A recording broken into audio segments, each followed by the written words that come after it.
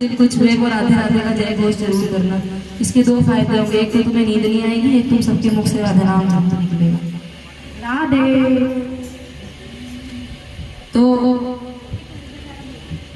जयकारा बांके बिहारी लाल का।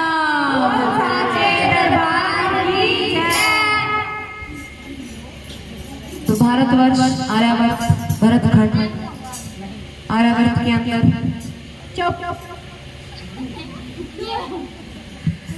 आर्यावर्त के अंदर एक राज्य जिसका नाम है मथुरा।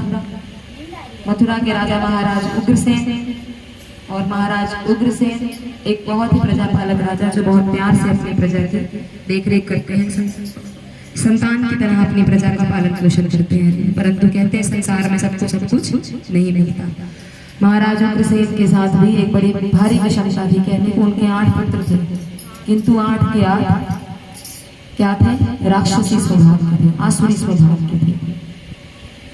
तो महाराज उग्रसेन का सबसे बड़ा पुत्र कंस, परंतु कहते हैं जिसमें 100 गुण हो उसमें एक गुण भी जरूर होता है। कंस के अंदर भी एक गुण था कि वो अपनी बहन से बहुत प्यार करता था। उसकी अपनी कोई बहन नहीं थी, उसके चाचा की बेटियां, उसके ताया जी की बेटियां, मामा जी की बेटियां, सबसे बहुत प्यार करता था वो। ऐसे ही उसके एक चाचा की बेटी थी जिसका नाम था देवकी।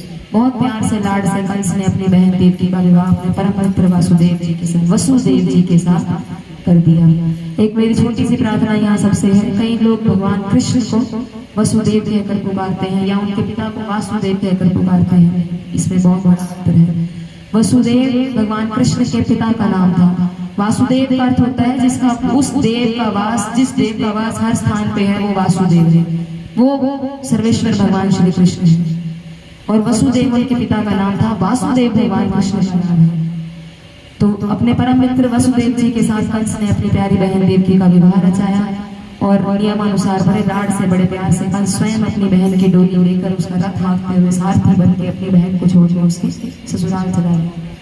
आधे रास्ते में ही पहुंचा था, अचानक भविष्यवाणी हुई, आकाशवाणी हुई कि ऐ पापी कंस, जिस बहन की डोली तू बड़े लाड से प्यार से उसके ससुराल तक छोड़ने जा रहा है, उसी का 8वां पुत्र तेरा काल होगा, उसी के 8वें पुत्र के हाथों तेरी मृत्यु हो जाएगी।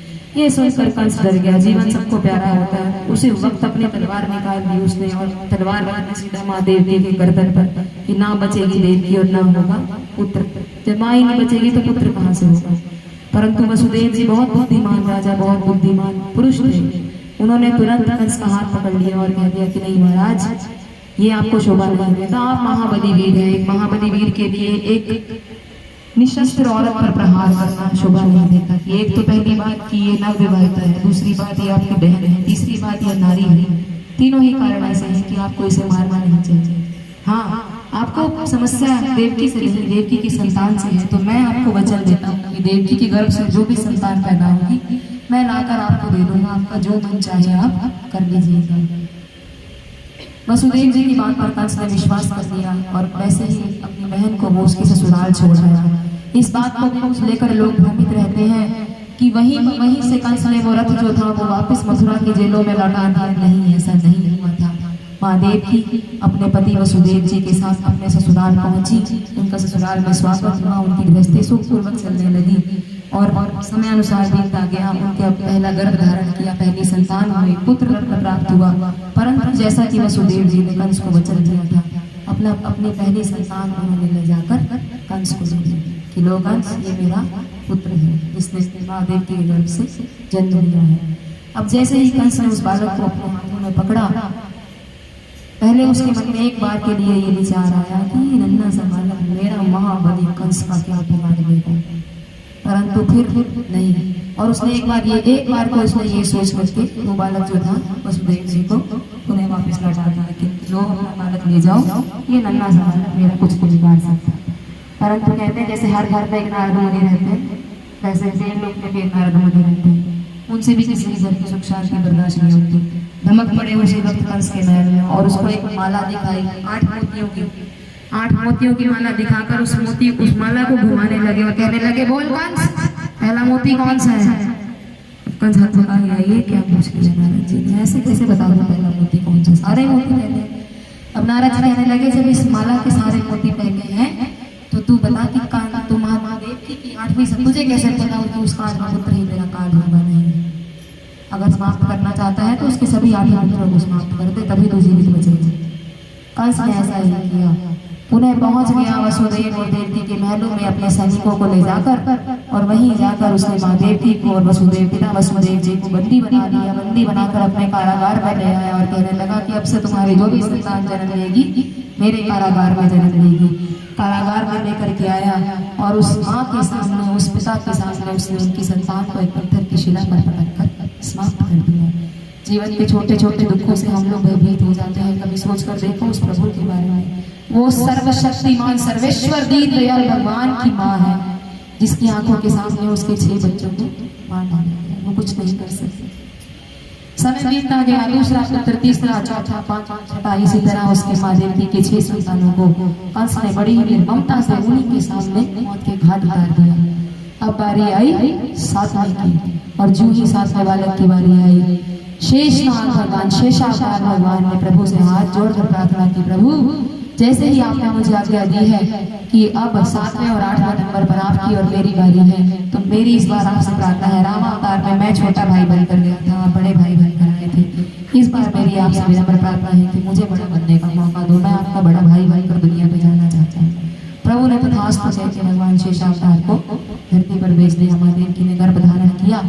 उसी समय प्रभु ने अपनी योग माया को आदेश दिया, अपनी लीला रचाई कि योग माया जाओ और इस गर्भ को संकर्षण के द्वारा आकर्षित करके माँ देवकी के गर्भ से स्थानांतरित करके माँ रोहिणी के गर्भ में स्थापित कर दो। माँ रोहिणी वसुदेव जी की दूसरी पत्नी, जो गोकुल के मुखिया नंद जी के यहाँ सुरक्षा कारण हेतु छुपी रहती थी, कंस के भय से छुपी हुई थी।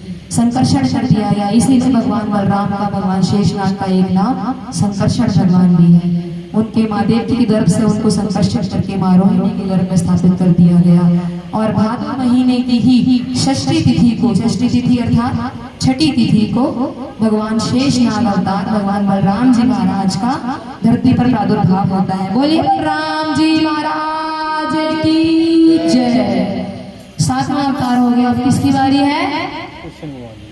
किसकी बारी है? 8वें की। किसकी बारी है?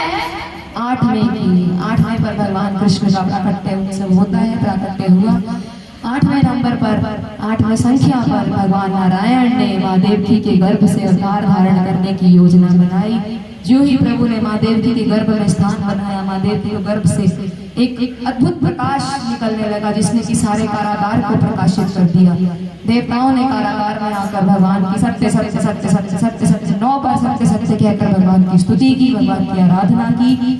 और उसके बाद प्रभु ने भादो महीना अष्टमी तिथि, कृपया ध्यान से सुने, भादो का महीना अष्टमी तिथि दिन बुधवार रोहिणी नक्षत्र में भगवान कृष्ण का माँ देवकी के गर्भ से प्राकट्य होता है। बोलो कृष्ण कन्हैया लाल की, बोलो माता ने गोपाल की। चतुर्भुज रूप धारू प्रभु, शस्त्र चक्र गदाधारी प्रभु रूप माँ देवकी के सामने प्रकट हो गए। एक नन्हे से शिशु जिसकी 4 भुजाएं हैं, जिसने 4 हथियार अपने हाथों में दे रखे हैं। माँ कहने लगी, प्रभु ये तो आप नारायण रूप लेकर आए हैं, एक देव रूप लेकर आए हैं। मुझे तो अपना बालक एक साधारण बालक की तरह चाहिए, जिसे मैं अपनी गोद में उठा सकूं, अपने सीने से लगाकर उसका लालन पालन कर सकूं। प्रभु ने आशीष दे दिया कि माँ अभी ये संभव नहीं है, क्योंकि अभी मुझे यहाँ से जाना है। आदेश हुआ वसुदेव जी को, और देखिए जैसे ही प्रभु ने अवतार लिया, कहते हैं जब योग माया आती है तो बेड़ियां लग जाती हैं, और जब प्रभु अवतार लेते हैं तो बेड़ियां खुल जाती हैं। नारायण का आदेश हुआ वसुदेव जी को कि वसुदेव जी, पिताश्री मुझे एक टोकरी में डालिए, मुझे यहाँ से उठाइए और मुझे गोकुल के नंदराय जी के यहाँ, जहाँ एक कन्या ने जन्म लिया है, उस कन्या से मुझे बदल दीजिए, मुझे वहाँ छोड़ आइए और उस कन्या को यहाँ ले आइए। वसुदेव जी कहने लगे, प्रभु कैसे जाऊँ, बाहर तो 9 लाख सैनिकों का पहरा है, इन पहरों से निकलकर, इन बेड़ियों से निकलकर मैं कैसे जाऊं। प्रभु ने कहा, आप चिंता मत कीजिए, आप जैसे ही आगे कदम बढ़ाएंगे ये बेड़ियां खुल जाएंगी, सभी पहरेदार सो जाएंगे। बेड़ियां गिनती चली गई, पहरेदार सोते चले गए। वसुदेव बाबा लाला को टोकरी में उठाए आगे बढ़ते चले गए। जो ही यमुना के तट पर पहुंचे, यमुना पार करनी थी। आज माँ यमुना ने देख लिया कि मेरी सरकार आ रही है, मेरे देवारी देव आ गए हैं। माँ यमुना अपने उफान पर आ गए। क्यों कि सबसे पहले प्रभु के चरण छूने का जो एक लाभ है वो मैं लूंगी। यमुना बढ़ती गई, बढ़ती गई, बढ़ती गई, इतनी बढ़ गई यमुना की वसुदेव जी पूरे के पूरे डूब गए। ऊपर से झमाझम बारिश लग गई। शेषनाग भगवान अपना फन फैलाए फल की वृक्ष सुरक्षा करने लगी, बारिश से उन्हें बचाने लगी, यमुना पार करने लगे वसुदेव जी बड़ी कठिनाई से। तभी देवताओं ने प्रार्थना की कि प्रभु ये लीला अधूरी रह जाएगी अगर वसुदेव जी को कुछ हो गया, आप अपना चरण कमल बाहर निकालिए ताकि यमुना महारानी उसे स्पर्श कर सके और वसुदेव जी को रास्ता दे। प्रभु ने अपने बाएं पैर का अंगूठा बाहर निकाला, यमुना महारानी ने उस अंगूठे को स्पर्श किया और ऐसे शांत हो गई कि वसुदेव जी चलकर यमुना पार करके मथुरा से गोकुल पहुंच गए और जाकर माँ यशोदा के घर में जहाँ सब सो रहे थे, किसी को पता ही नहीं था कि हुआ क्या है। सोई हुई मैया यशोदा के पास बड़ा भारी हृदय लेकर वसुदेव जी लाला को वहीं विराजमान कराए और कन्या को उठाकर जेल में वापस ले आए। आगे की कथा हम सबको बताएं। विश्राम की ओर चलते हैं कि आज मथुरा दे विच अवतार हो गया शाम निकाजे, आज मथुरा दे विच अवतार हो गया शाम निकाजे, आज मथुरा दे विच अवतार हो गया शाम निकाजे, आज मथुरा दे विच अवतार हो गया शाम निकाजे।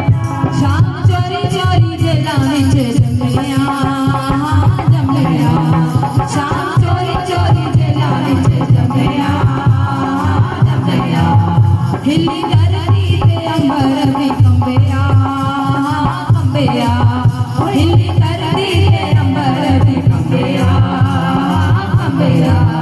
माता देवकी की गोदी का शिकार हो गया शाम निकाजे, माता देवकी की गोदी का शिकार हो गया शाम निकाजे, आज मथुरा दे विच अवतार हो गया शाम निकाजे, आज मथुरा दे विच अवतार हो गया शाम निकाजे। ये दो पंक्तियां मैंने इसलिए गाई क्योंकि ये मेरे मन का भाव है कि यशोदा के यहाँ तो नंद के लाला की बधाई हर कोई देता है, किंतु देवकी को कोई नंद के लाला की बधाई, उसके लाला के जन्म की बधाई कोई नहीं देता। आज हमने इस माध्यम से एक छोटी सी बधाई माँ देवकी को अर्पण की है कि शाम चोरी चोरी जेला विच जमया, हिली धरती ते अंबर भी कंबया, और माता देवकी दी गोदी दा श्रृंगार हो गया शाम निकाजे। अब बताओ इस नंदोत्सव का आनंद किस किस को आया? एक बार हाथ उठा के बता दो किस किस को आनंद आया नंदोत्सव का? सबको आया पक्का? वो सारे अपने अपने बटुए खोल दो जरा फटाफट। अब टाइम आया है बधाई का। ओ तेरा चुक चुक जीवे लाल नंद रानी दे बधाई, तेरा चुक चुक जीवे लाल नंद रानी दे बधाई, ओ तेरा चुक चुक जीवे लाल तेरा चुक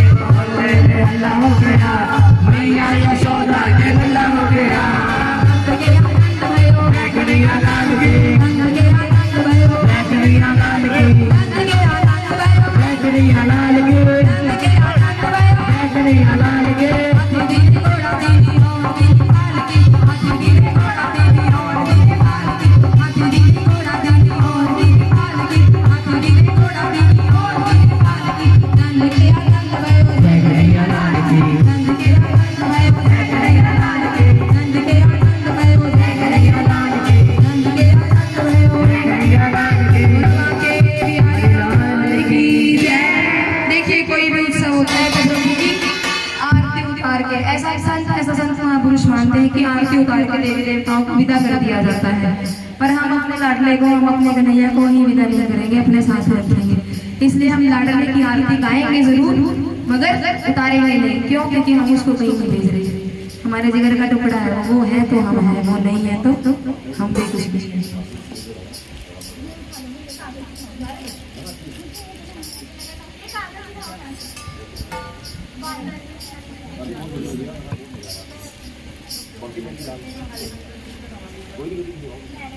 बोलो बांके बिहारी लाल की जय, देव की जय, गोकुल बने यशोदा दुल्हा, आरती उतारे तेरी कृष्ण मुरार। देव की जय, गोकुल बने यशोदा दुल्हा, आरती उतारे तेरी कृष्ण मुरार। सृष्टि के झूलिया झूले यशोदा का पालना, जगत के पिता बने नंद जी के लालना। कैसे है कन्हैया भाई यशोदा की मां, आरती उतारे तेरी कृष्ण मुरार। आटी खाई तुम्हें आंखों से श्री दिखाई है, नंद जी के वाले बड़े लम्बे भी चढ़ाई है, वालों में वाले बड़े श्री के साथ, आरती उतारे तेरी कृष्ण मुरार। सारे चोरी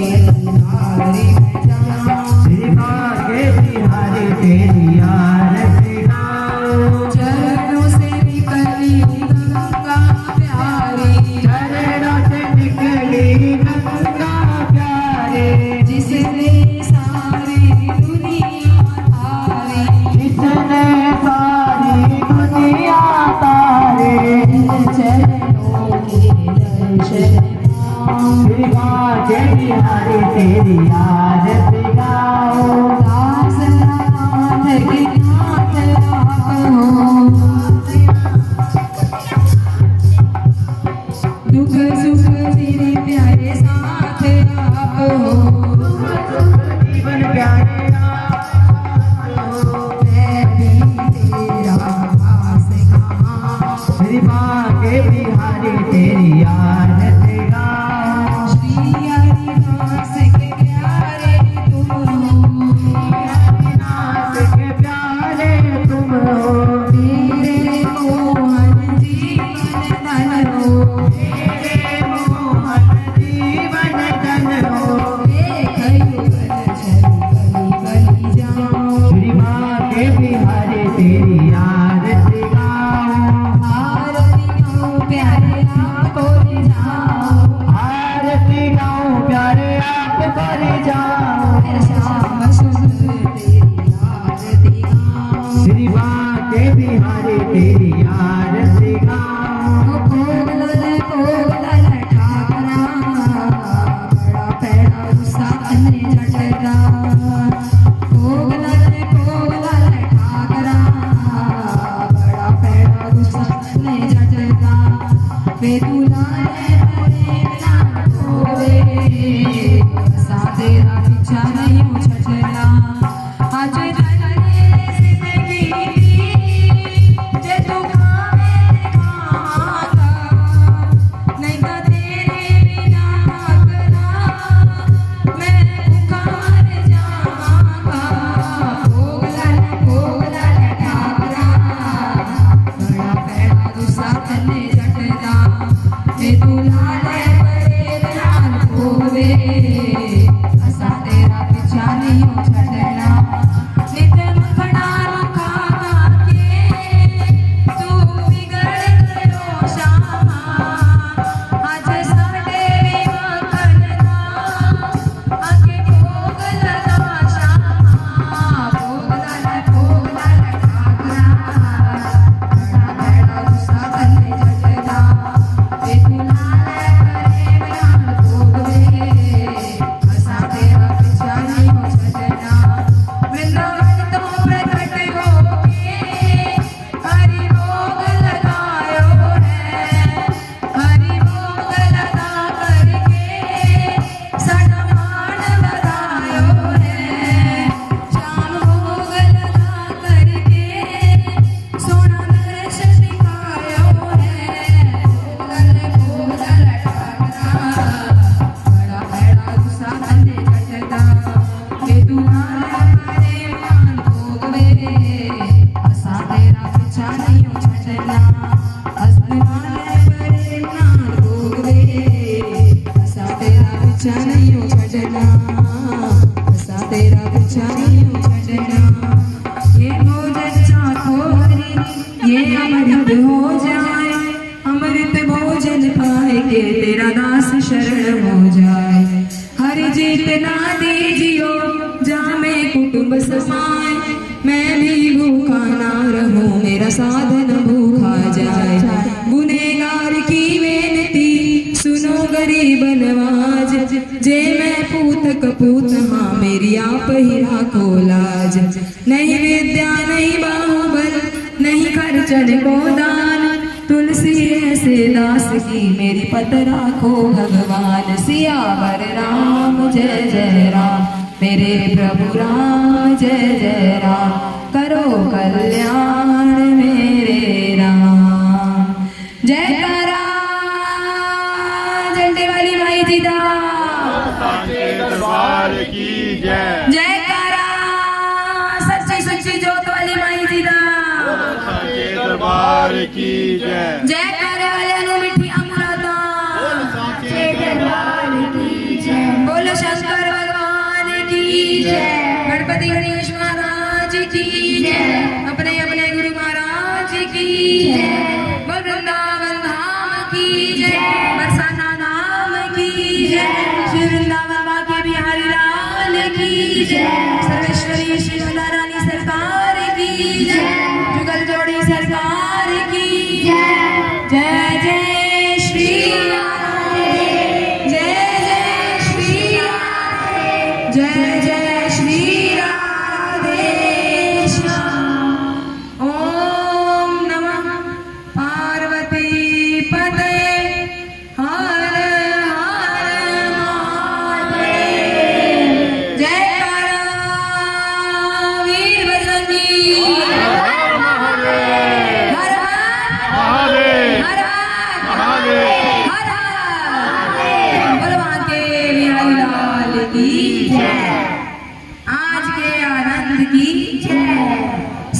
संगत से विनती है, जहाँ सबने इतने प्यार से हमारा सहयोग किया, थोड़ी देर और ठाकुर जी